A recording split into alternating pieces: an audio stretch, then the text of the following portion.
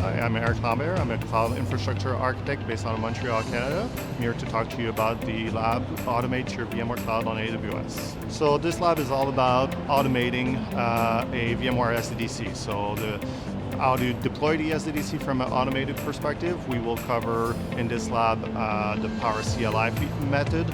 We also dive into Terraforms later on in the lab, and we will also use the Python client to be able to configure an SDDC that's already existing, as well as how to import and export an SDDC configuration to a different SDDC in a different region.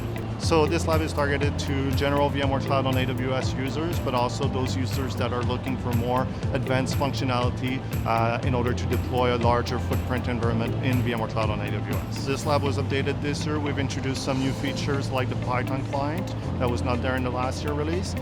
So every year as we're redoing the labs, we are looking at new features on how to make it better. I encourage you to take the lab, share it with your friends, take the survey at the end. It really helps us make the labs better for you.